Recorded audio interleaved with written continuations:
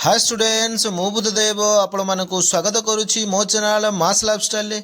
आज आम देखा दशम श्रेणी जो सामाजिक विज्ञान रही सामाजिक विज्ञान रे जो फेब्रुआरी 19 रे तो मोर एग्जाम आसूची तो एग्जाम रे जो ओरिएंटेड क्वेश्चन गुड़िक नमूना प्रश्न गुड़िक जोटा एग्जाम रे आसीबार संभावना बेसी अच्छी से क्वेश्चन गुड़िक मुझे आलोचना करी एमसीक्यू गुड़िक आलोचना करी ऑब्जेक्टिव गुड़िक आलोचना करी 50 टी क्वेश्चन रही 50 टी क्वेश्चन सहित आंसर रही तो से गुड़ाक मुझे आलोचना करी आलोचना करने पूर्व कही रखी जो पिला मैंने आम चैनल को नुआ आसीच से आम चैनल को सब्सक्राइब कर लाइक कर ता सहित सांग मान शेयर कर सब्सक्राइब कले आसुवा नेक्स्ट वीडियो गुड़िकर नोटिफिकेशन पाई देख आमर प्रथम रही टाइम 1 घंटा रही 50 मार्क रही तो प्रथम 1 नंबर रही केउ मसीहारू भूदान आंदोलन संगृहीत जमी चाषी मानक मध्य बांटी दिगला 1954 1955 1956 1957 तो आमर आसब 1955 केउठारे मधुर जल मत्स्य गवेषणा केन्द्र स्थापित होईछि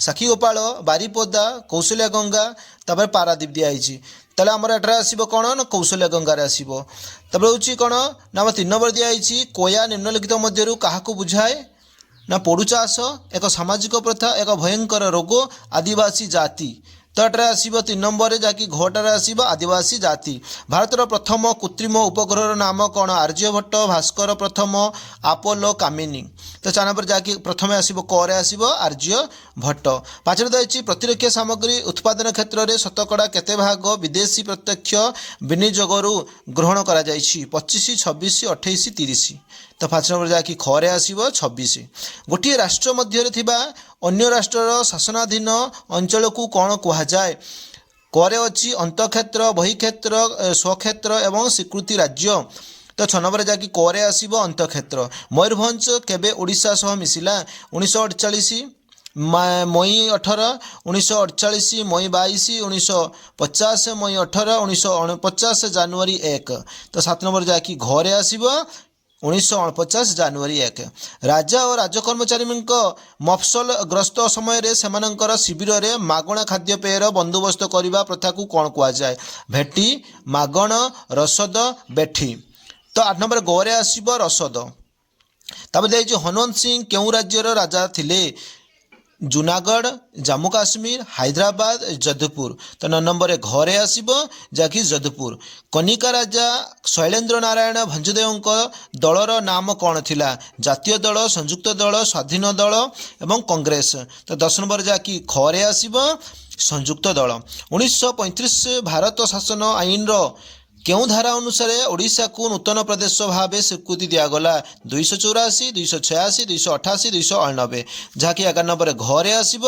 289 1925 कटक कहा सभापतित्व में उत्कल सम्मेलन अधिवेशन बसी मधुसूदन दास हरेकृष्ण महताब कल्पतरु दास गोपबंधु दास तो 12 नंबर घरे आसब जहाँकि कल्पतरु दास खेड़ा जिला केउ राज्य अवस्थित गुजरात महाराष्ट्र राजस्थान पश्चिमबंग तो कौटर आसब 13 नंबर करे आसब गुजरात खेड़ा आंदोलन में गांधीजी मुख्य सहयोगी किए थिले राजकुमार शुक्ल तबे इंदुलाल जांगिक सरदार वल्लभ भाई पटेल लाला लजपत राय तो 14 नंबर खरे आसब जहाँकि इंदुलाल जांगिक गोटे प्रकार 15 दिखाई गोटे प्रकार भारतीय माने सरकार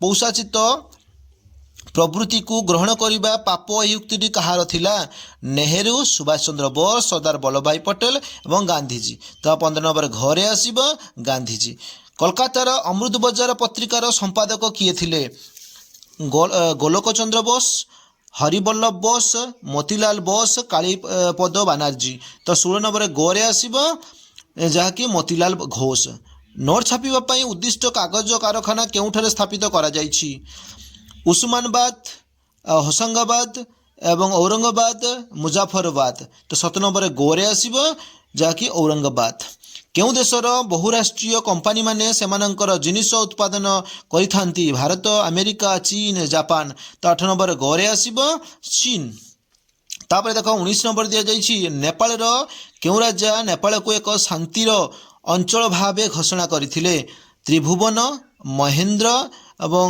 ଜୟଶଙ୍କର ବୀରେନ୍ଦ୍ର। ତ 19 ନମ୍ବରରେ ଘରେ ଆସିବ ଯାହାକି ବୀରେନ୍ଦ୍ର। ସାର୍କ କେଉଁ ମସିହାରେ ଗଠିତ ହୋଇଥିଲା? 1980, 1985, 1988, 1995। ତ 20 ନମ୍ବର ଘରେ ଆସିବ 1985। ଭାରତୀୟ ସମ୍ବିଧାନର କେଉଁ ଧାରା ଅନୁସାରେ 3 ସଦସ୍ୟ ବିଶିଷ୍ଟ ଏକ ନିର୍ବାଚନ ଆୟୋଗ ରହିଛି? 330, 324, 332, 315। 21 ନମ୍ବର ଘରେ ଆସିବ ଯାହାକି 326। ଭାରତୀୟ ନେପାଳ କୋଡ୍ IPS ସହ ମୋଟର ଯାନ ଆକ୍ଟର କିଭଳି ସମ୍ପର୍କ ରହିଛି? ଟ୍ରାଫିକ ନିୟମ ଓ ବିସ୍ତୃତ ଆଇନର ଫିଟନେସ୍ ଏବଂ ପ୍ରଦୂଷଣ ନିୟନ୍ତ୍ରଣ। ତ 22 ନମ୍ବରରେ ଘରେ ଆସିବ ଯାହାକି ବିସ୍ତୃତ ଆଇନର। ଗାଡ଼ି ଚାଳକ ପାଖରେ କ'ଣ ରହିବା ଆବଶ୍ୟକ? ଟୋପି, ଫଟୋ ପରିଚୟ ପତ୍ର, କ୍ୟାସ୍, ଡ୍ରାଇଭିଂ ଲାଇସେନ୍ସ। 23 ନମ୍ବର ଯାହାକି ଘରେ ଆସିବ ଡ୍ରାଇଭିଂ ଲାଇସେନ୍ସ। ହିଂସାକାଣ୍ଡ ତଥା ଅସାଧୁ ଉପାୟ ରୋକିବାକୁ ନିର୍ବାଚନ ଆୟୋଗ କ'ଣ ଲାଗୁ କରିଥାନ୍ତି? କଟକଣା, ପୁଲିସ, ଆଦର୍ଶ ଆଚରଣ ବିଧି, ଦଣ୍ଡ। ତ 24 ନମ୍ବରରେ ଗରେ ରହିଛି ଆଦର୍ଶ ଆଚରଣ ବିଧି।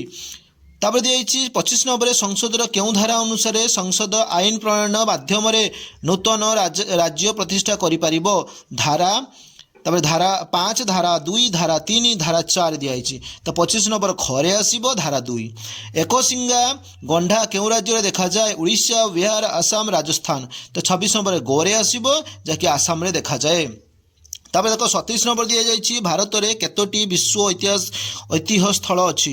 3, 4, 5, 2।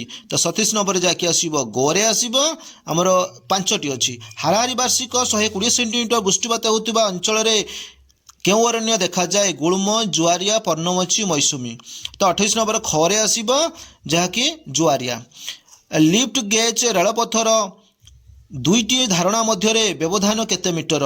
0.832, 0.610 ଏବଂ 0.410, 0.872।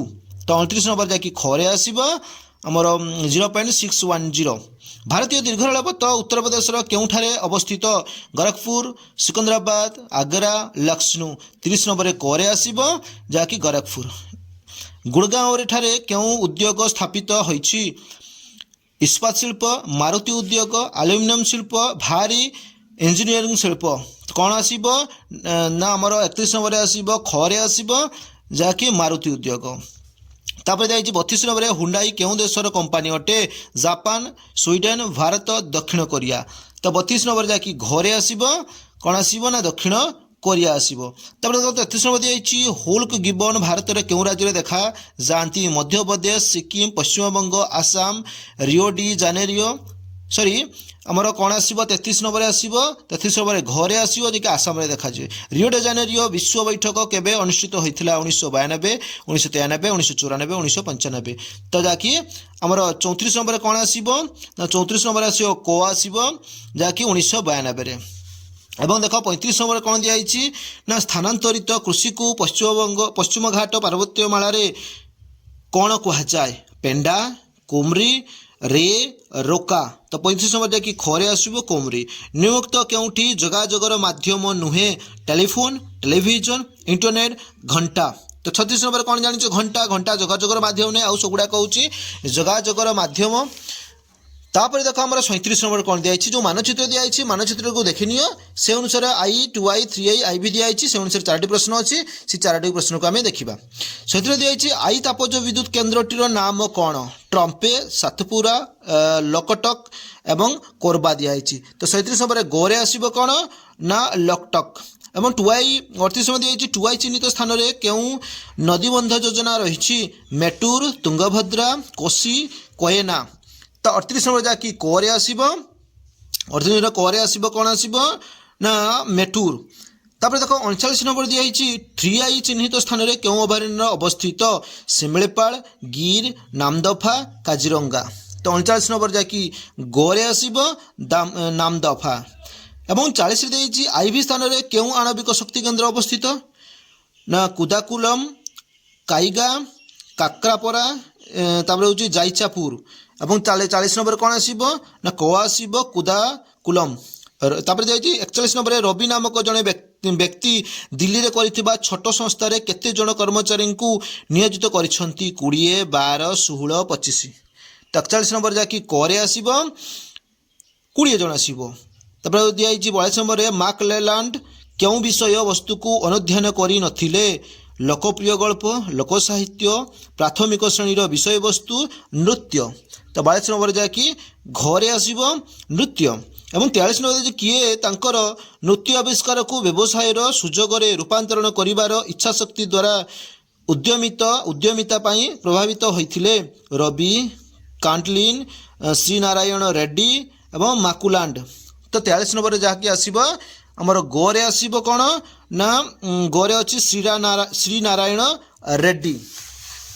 ଦେଖ ଆମର ଦେଖ 44 ନମ୍ବର ଦିଆଯାଇଛି ଯେ ଦୁଇ ଜଣ ବ୍ୟକ୍ତିଙ୍କର ଆୟର ବୈଷମ୍ୟକୁ କ'ଣ କୁହାଯାଏ? ଚରମ ଦାରିଦ୍ର୍ୟ, ଆପେକ୍ଷିକ ଦାରିଦ୍ର୍ୟ, ଗଣ ଦାରିଦ୍ର୍ୟ ଏବଂ ସର୍ବାଧିକ ଦାରିଦ୍ର୍ୟ। ତ 44 ନମ୍ବର ଯାହାକି ଖରେ ଆସିବ ଆପେକ୍ଷିକ ଦାରିଦ୍ର୍ୟ। 45 ନମ୍ବର ଦିଆଯାଇଛି ଯେ ଦୋହରା ଦ୍ରବ୍ୟର ଅର୍ଥ କ'ଣ? ଦୁଇଥର କିଣା ହେବା, ସତେଜ ଦ୍ରବ୍ୟ, ନକଲି ଦ୍ରବ୍ୟ ଦୁଇଥର ବିକ୍ରି ହେବା। ତ 45 ନମ୍ବର ଯାହାକି ଗୋରେ ଆସିବ ନକଲି ଦ୍ରବ୍ୟ। ଖାଉଟିଙ୍କ ସୁରକ୍ଷା ପାଇଁ ଦେଶରେ କେତେ ସ୍ତରୀୟ ଅଦାଲତ ସ୍ଥାପନ କରାଯାଇଛି? 2, 3, 4, 5। ଏଇଟା ସମସ୍ତେ ଜାଣିଛ ଯାହାକି ଆମର 3 ସ୍ତରୀୟ ଯାହାକି ଖରେ ରହିଛି। ତାପରେ ଦେଖ 47 ନମ୍ବର ଦିଆଯାଇଛି ସାଧନ ଦର ବୃଦ୍ଧି ଯୋଗୁଁ ସଂଗଠିତ ମୁଦ୍ରାସ୍ଫୀତିକୁ କେଉଁ ମୁଦ୍ରାସ୍ଫୀତି କୁହାଯାଏ? ଯୋଗାଣ ଅଭିଯାନ ମୁଦ୍ରାସ୍ଫୀତି, ମୂଲ୍ୟ ପ୍ରଣୋଦିତ ମୁଦ୍ରାସ୍ଫୀତି, ତାପରେ ହେଉଛି ଚାହିଦା ଆକର୍ଷଣୀୟ ମୁଦ୍ରାସ୍ଫୀତି, ସନ୍ତୁଳିତ ମୁଦ୍ରାସ୍ଫୀତି। ତ 47 ନମ୍ବର ଯାହାକି ଖରେ ଆସିବ କ'ଣ? ମୂଲ୍ୟ ପ୍ରଣୋଦିତ ମୁଦ୍ରାସ୍ଫୀତି।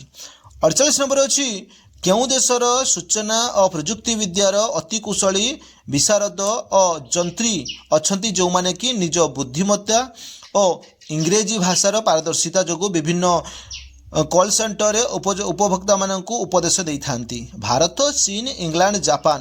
ତ 48 ନମ୍ବରରେ କରେ ଆସିବ ଭାରତ। 49 ଅଛି ନିମ୍ନୋକ୍ତ ମଧ୍ୟରୁ କେଉଁଟି ବିକାଶୋନ୍ମୁଖୀ ଦେଶ ନୁହେଁ? ଶ୍ରୀଲଙ୍କା, ବାଂଲାଦେଶ, ଭାରତ, ଅଷ୍ଟ୍ରେଲିଆ। 49ରେ ଯାହାକି ଘରେ ଆସିବ ଅଷ୍ଟ୍ରେଲିଆ। 50ରେ ଅଛି 1991 ଜନଗଣନା ଅନୁଯାୟୀ ଆମ ଦେଶରେ ଶ୍ରମିକଙ୍କ ସଂଖ୍ୟା ମୋଟ ଜନସଂଖ୍ୟାର କେତେ ପ୍ରତିଶତ ଥିଲା?